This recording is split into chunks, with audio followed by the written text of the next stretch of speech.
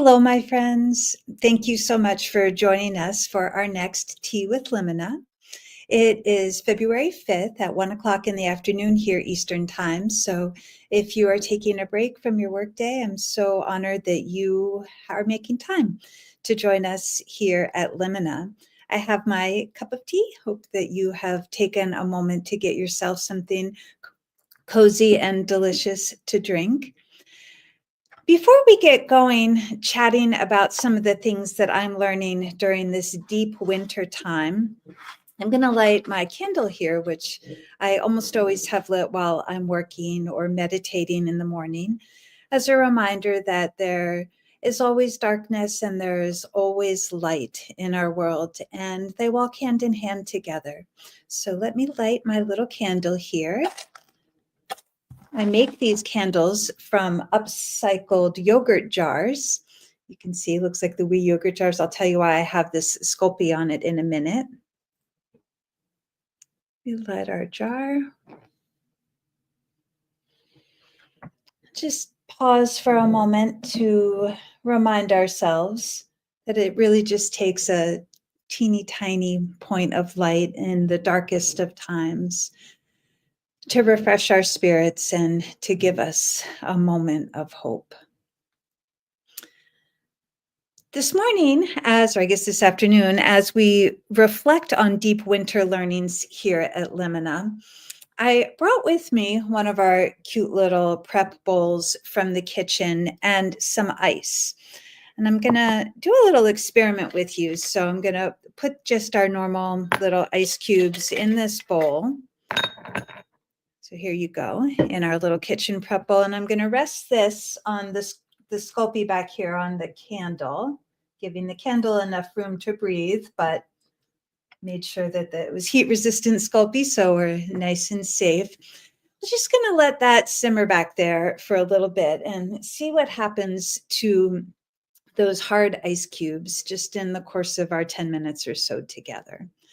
Because one of the things that is so remarkable to me about this deep winter time is how much the surface of things can be so deceiving. So, for example, I spend a lot of time looking out the window when it's 10 degrees and yearning for the outside, for the sun when it warms up a tiny bit. And I wrote about this recently in our Limina newsletter, but we get a ton of icicles hanging from the roof. And you can see here these, sorry that I forgot to blow it up, but these are kind of zebra striped icicles, which are really beautiful in and of themselves, but they hang right over our doorway. And with our pets coming and going and guests coming to Limina and myself, it can be a little bit intimidating, especially as those icicles get bigger. And honestly, at this point in our culture, it can feel like there are a lot of giant looming icicles hanging over us that are threatening us at any moment. We know how they have formed, and we are frankly living in fear that at any moment they might drop. So I have been spending a lot of time, in addition to gazing out the window and wanting to go outside, thinking about how I can see the icicles in new ways. And the miracle of photography is that simply flipping the photograph 180 degrees. Again, I'm sorry I didn't blow this up for you, but the icicles, the zebra-y looking icicles, now actually resemble birch trees when you look at them from a little bit further back. So I've been trying to reflect in the darkest of hours when seeing the state of the news here in the United States, if there might be a different way that I can imagine the news story, not just the horrors that might be presented, but the things that are under the surface or behind the scenes. The people who are loving and kind and gracious and working so, so hard, no matter what we might see and hear on the surface. So that's one of the lessons from deep winter with ice. Another one is coming from our stream. And I have to admit, every time I listen to this little video clip, it kind of makes me have to pee. So I apologize if that happens to you. But I filmed this down at the creek here on Limina. And as you can see, there are these amazing ice formations, and the water is still flowing at that point.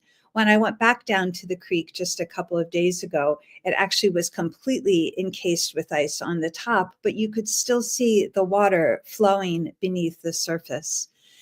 And it was such a wonderful visual reminder to me that no matter how hard and stuck and frigidly cold it might feel on the surface, there is still so much that is moving and shifting underneath. And there are these incredible ice formations that can arise and in 30 seconds later be washed down the stream. So no matter how hard and no matter how solid the ice on the surface looks, you just never know what might be happening beneath the surface, and trusting that there is flow, that there is movement, and that the ice will melt is another thing that is giving me some hope here in deep winter.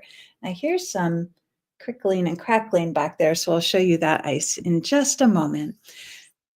It's actually making all sorts of funny noises too, which is interesting.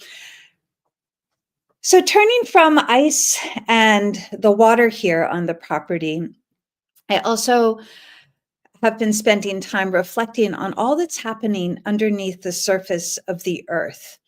Our dogs keep going through the snow and pouncing on what I assume is a poor little field mouse or a vole who might have poked his or her head out of their burrow just to take a peek and see what was going on the surface.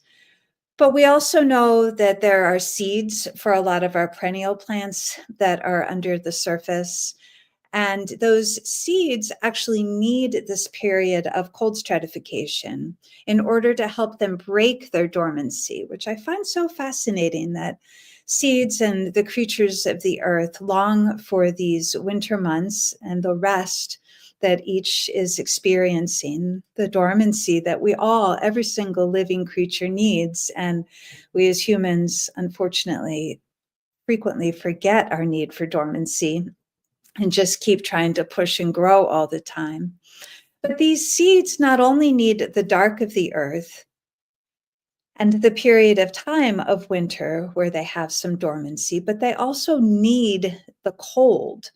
The cold stratification helps to break down the outer layer of the seeds so that as soon as the earth begins to warm up and the days lengthen and we all begin to feel more light in the world, the seeds can germinate and break through the ground much, much, much more quickly if they've had a period of cold stratification.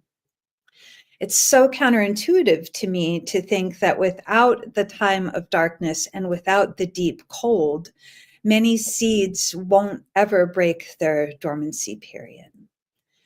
So that also gives me great hope to imagine that there are many, many seeds, many light workers, seeds around the country who may be underground right now, gathering strength, allowing the outer layer of frustration or paralysis or hopelessness or whatever it might be, allowing that outer layer to melt away so that when the time is right, when we feel the warmth and the light, when we have that surge of energy flow through us, we'll be able to come to the surface and grow big and strong and provide nourishment and beauty wherever we happen to be planted in the world.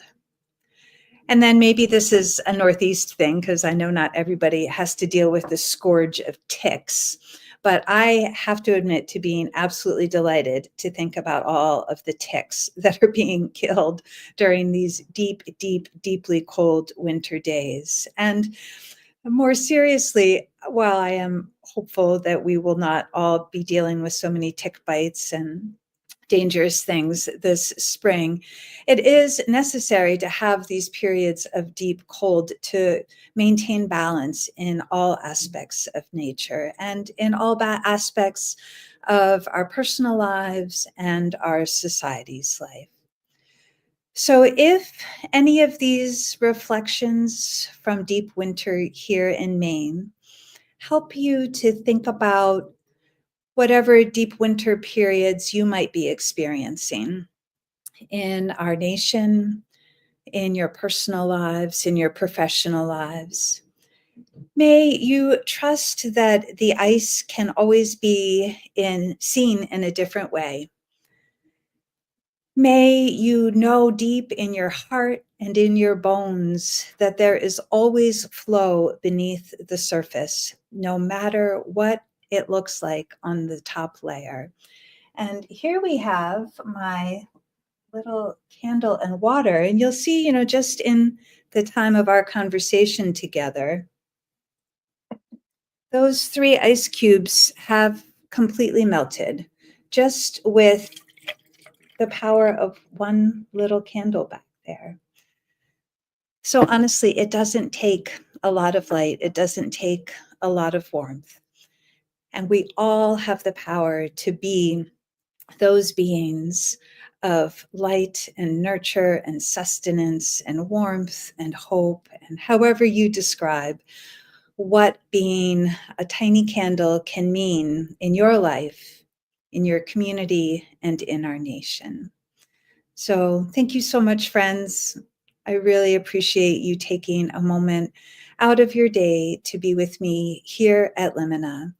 And may the blessings of this time of deep winter resonate in your hearts and in your souls in whatever way that you are needing these words. Blessings to you.